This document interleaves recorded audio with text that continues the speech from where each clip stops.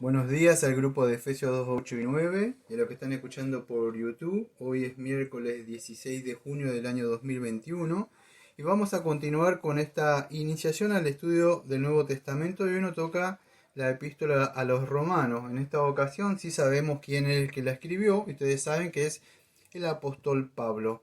Ahora no sabemos cómo fue fundada esta primera iglesia que aparece ahí. Ustedes saben, la tradición católica romana, los romanistas adhieren esto que fue Pedro el fundador, al que después le dirían que es el primer papa. De eso no tiene ningún apoyo que se pueda sustentar por la Biblia ni en la historia. Además, Pablo cuando saluda ahí nunca dice saludo a Pedro que está liderando o al Papa Pedro. Nada de esa cosa aparece ahí. Son invenciones humanas nada más. Entonces no sabemos cómo fue fundada esta iglesia. Algunos creen que fue fundada por los judíos, ¿sí? Pareciera como indicar como que eh, estaba ya la iglesia fundada y cuando Pablo escribe ya había, principalmente estaba conformada, podríamos decir, por gentiles, ¿sí? Pero él no había ido a Roma. Fue escrita desde Corintio, más o menos en el tercer viaje misionero que hizo Pablo, si ustedes ven el libro de Hechos. Así que no sabemos mucho sobre cómo fue fundada esta iglesia. Voy a empezar sobre el capítulo número 1, pero antes voy a aclarar a grandes rasgos sobre, podríamos decir, acuérdense que esto es una iniciación nada más, sobre esto. Él habla muchas cosas que por supuesto no se pueden en estos 17 minutos. Él habla la introducción, los saludos que le hace personales, y empieza a hablar la condición pecaminosa del hombre, que necesita de Cristo, la necesidad del Evangelio, cómo Dios responde al hombre que está muerto en delitos y pecados. Después empieza a hablar de la fe, por supuesto la justificación, los frutos de la justificación más adelante, la gracia que reina, y el nuevo nacimiento, el poder que tiene este nuevo nacimiento, la regeneración, la esclavitud que están bajo la ley, y ustedes saben. Y bueno, todos los capítulos que no me daría tiempo de hablar, el poder de la vida nueva en el Espíritu Santo, y ustedes saben. Yo voy a tratar a grandes rasgos. Todo esto están las prédicas exegéticas texto por texto en el canal de prédica. Y no solo eso, sino que tuvimos una época, aquellos que no estuvieron acá en este grupo, hace un año o dos, no me acuerdo, hicimos cápsulas de Romano que iba subiendo todos los días, pequeñas cápsulas, ¿sí? Ahora, para entender el libro de Romanos hay una palabra clave que es la palabra ahí que se utiliza justicia o dikaiosune, que es en el griego. Hay que, no, a mí no me daría el tiempo de explicar en esta breve iniciación al estudio, pero es importante que la podamos entender cuando abrimos nuestra Biblia en el capítulo número ya 1, versículo 17, que dice en el Evangelio, la justicia de Dios se revela. Yo muchas veces lo hablé en las cápsulas, en las prédicas, lo que significa eso, pero eso es clave que puedan entender ustedes, porque el hombre está muerto en delito y pecado, necesita ser justificado, y Pablo la utiliza muchas veces. Pero para que pueda entender, no está hablando solamente de una persona recta, un justo, aunque a veces tiene eso, pero acá en la palabra que utiliza Pablo tiene otra connotación, no solamente una virtud ética, una persona recta moralmente, sino podríamos decir va más allá. Para los hebreos, esto tenía podría ser una expresión de una situación legal. ¿Cómo podés explicarlo? ¿Vieron los jueces cuando dan un veredicto? Usted golpea el martillo y declara, bueno, es un veredicto legal o forense, podríamos decir, tiene la etimología de esta palabra y se aplicaba en los tribunales de acá, incluso en su país siempre hay jueces, no justicias, bueno, justo, tiene eso. Es una persona que es declarada, vamos a decir, inocente, ¿sí? Y eso es lo que hace Dios como juez, declara al hombre que es pecador como inocente, como que si no hubiera cometido, pero sí es un pecador, solo que se les es imputada la justicia de otro, en este caso de Cristo. Eso lo sucede en el veredicto del tribunal celestial, lo que hace la justificación Dios con el hombre pecador. Por eso, amados, que es importante predicar el verdadero evangelio, mostrarle a la persona que es un pecador, no este simple evangelio que Jesús te ama. No, tiene que confrontárselo con el pecado para que la persona corra pidiendo misericordia. ¿M? Y ahí, ustedes saben, se le aplica, o sea, el verdadero evangelio. Entonces, ¿de qué no habla esta carta, Romanos, que a mí me encantó y me cautivó de mis primeros años y la sigo hablando? Creo que la he dado 2 veces en mi vida y después la he hablado en cápsulas. Pero esta epístola habla que el hombre está muerto en delito y pecado. Perdón, que no hay un justo, dice. ¿Mm? Todos están muertos en delito y pecado, todos se desviaron. Eso es lo que habla. Y bueno, empieza el capítulo 1, ustedes saben, vastamente mostrando la condición de los gentiles. No está hablando de los judíos ahí, sino que está hablando de las personas fuera del pueblo de Dios de esa época, y todos están muertos en delito y pecado. Aunque tienen una revelación que nosotros conocemos con la revelación natural, cuando estuvimos hablando de bibliología, no sé si se acuerdan, y hay una revelación, pero eso no basta para el hombre para que lo busque, porque no necesita una revelación especial para poder ver a Dios, podríamos decir. Entonces, ustedes ya saben cuál es esa revelación especial por medio de la Escritura que nos muestra a Cristo. A pesar de todo eso, ellos son inexcusables, porque Dios se ha revelado. Además, ustedes saben, no me da tiempo de explicar, tiene la ley grabada en sus corazones, Romanos 2, 14 y 15. Esto es solamente una pequeña iniciación, nada más, no puedo ahondar. Pero Dios los entrega, o la palabra es abandonarla, a consecuencia de su propio pecado. Capítulo 1, podríamos hablar muchísimo sobre eso. Y en el 2 empieza a hablar de estos judíos y unos religiosos que también están bajo la ira. No es ningún pueblo especial ni nada como muchos por ahí andan diciendo. Están bajo la ira, están bajo la condenación, a menos que vengan en fe y arrepentimiento. Y están bajo la ira de Dios. Y así lo resume el capítulo número 2, el apóstol Pablo. Lo muestra así, diciendo que el hombre no tiene excusa, no hay diferencia, por cuanto todos pecaron. El hombre no está justificado, entonces no le sirve de nada adquirir, vamos a decir, conocimiento y más conocimiento cuando el hombre sigue muerto en delitos y pecados.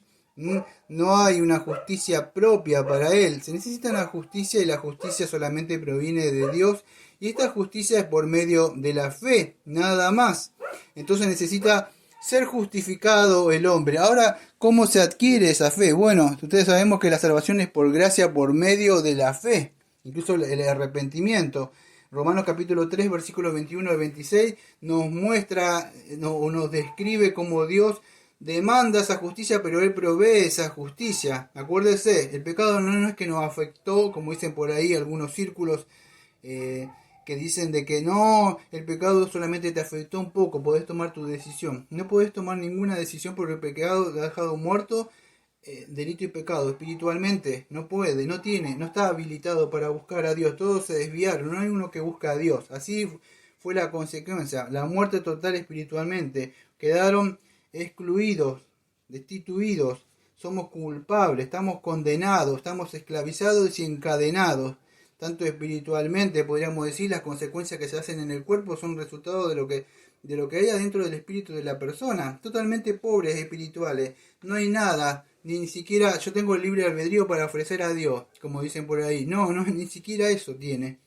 Su libre albedrío y su voluntad está esclavizada a la voluntad de Satanás. Vuestro padre es Satanás. Así es la descripción que se le debe mostrar a una persona. Está bajo la ira y el juicio de Dios. Juan capítulo 3, versículo 18 y Juan capítulo 3, versículo 36.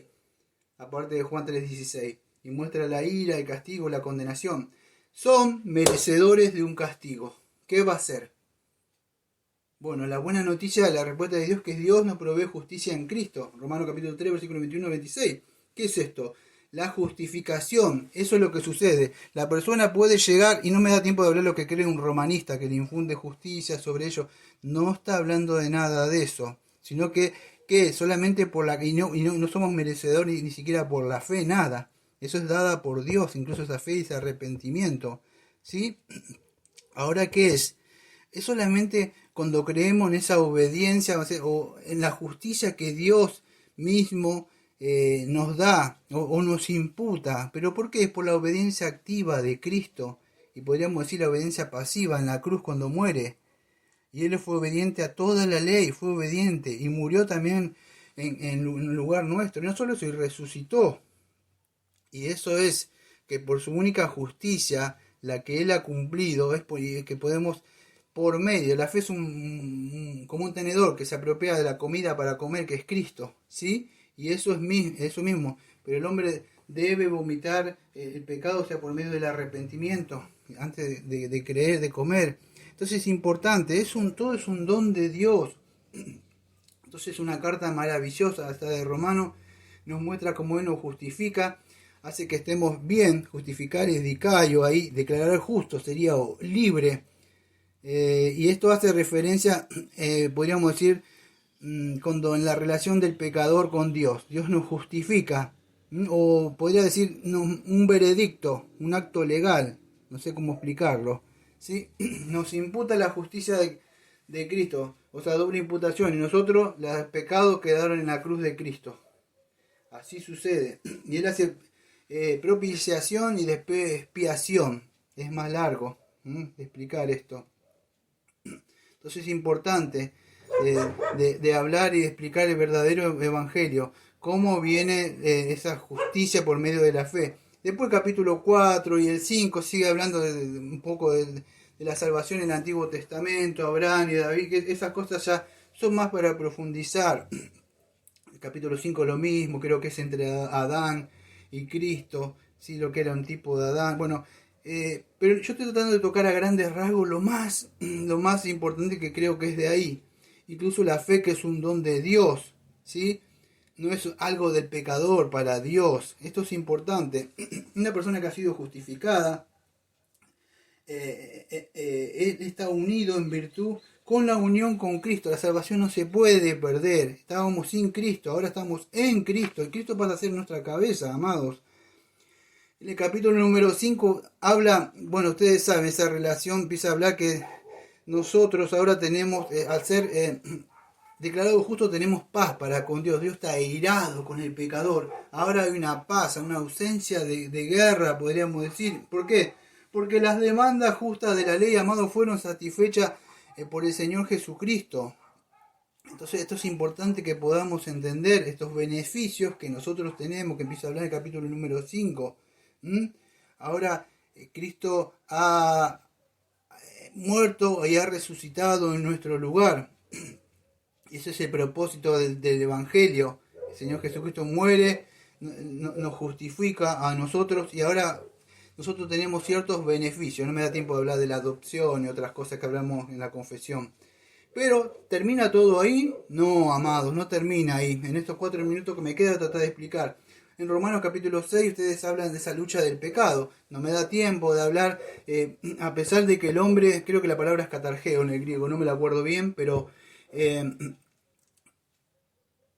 Cristo murió por nosotros, pero todavía ciertos pecados quedan adentro. Algunos le dicen pecado remanente. Ahí está la lucha entre el espíritu y la carne, ¿sí? Entonces, ¿qué sucede? Aunque hemos sido justificados, la justicia es una cosa que sucede, pero la santificación es otra. La santificación es progresiva, la justificación sucede una vez y para siempre. La santificación va siendo progresiva en nuestras vidas, somos transformados, somos santificados, somos apartados continuamente, vamos a decir, continuamente renovando el nuevo hombre interior, podríamos decir, somos librados de nosotros mismos, del dominio del pecado, estamos siendo salvados, estamos siendo rescatados continuamente, no sé si se puede entender, de nuestro yo, de otras cosas, y esto tiene que estar pasando. Si una persona dice yo fui justificado, pero no está siendo santificado, entonces no sucedió nada en su vida, amados. Tiene que haber una santificación dentro de su vida, ¿sí? Para si usted fuese, y eso es importante que lo puedan entender, aquellos que dicen que recibieron la justicia, que fueron imputadas de parte de Dios, y ahora pasan a ser esclavos de la justicia de Dios, no esclavos del pecado. Romanos capítulo 7, no me da tiempo de hablarlo, ya lo expliqué muchas veces, muchos creen que es el cristiano, ya lo he hablado muchas veces, yo y otros como Martín Ollón y otros más, creemos y creo que habla de Pablo cuando estaba en su yo, luchando con la carne, luchando, queriendo hacer el bien, y él tenía la ley, sabía lo bueno, pero no lo podía hacer, ¿sí? Es más profundo. Romanos 8 habla de la vida en el Espíritu. Ahí sí ya ve el poder del Espíritu Santo trabajando dentro de un cristiano. Sí, ahí sí vi la vida plena en Cristo, nueva y maravillosa que hay dentro de él, confiando en el poder del Espíritu para andar. ¿Sí? Y el capítulo 9 no me da tiempo de hablar porque es grande, capítulo 9, capítulo 10, que son los capítulos más problemáticos que hay, pero podríamos hablar de la soberanía de Dios, en la elección de Dios tiene del Israel, hay un Israel espiritual y uno según la carne. En el capítulo 10 podríamos hablar de la justicia que es por la fe, que ellos me de creer en la justicia que Dios da, esta gente, los judíos creen en la justicia por ellos mismos, es más amplio. Y el capítulo 11, que es más problemático, creo que el 25 y 26, que son los más problemáticos que están en el canal de YouTube, o lo puede encontrar con algún pastor de sana doctrina reformado, una buena explicación, nos habla de esa elección que Dios tiene, vamos a decir, de aquellos judíos que viene trabajando, vamos a decir, el verdadero Israel espiritual y aquellos, vamos a decir, aquellos que seríamos nosotros, y viene salvando conjuntamente, paralelamente. Es más amplio de explicar. En el capítulo número 12 ya empieza, vamos a decir, a trabajar el amor, lo práctico, porque me quedan 45 segundos para hablar. En el capítulo 12 empieza ya ese amor entre nosotros, esa fraternidad entre nosotros. Capítulo 13, pagar los impuestos a la ley civil y todo. Bueno, después prepararnos, estar atentos, vestirnos con las armas de la luz. Capítulo 13, 14, los juicios los unos a los otros, el débil y el fuerte en la fe. Y después, bueno, sigue hablando un montón de directivas que tenemos para vivir una vida cristiana. Es imposible hablar en 17 minutos toda esta epístola. Espero que le hayan servido porque es una hermosa epístola que los invito a que ustedes la estén estudiando. Nos vemos mañana si Dios quiere.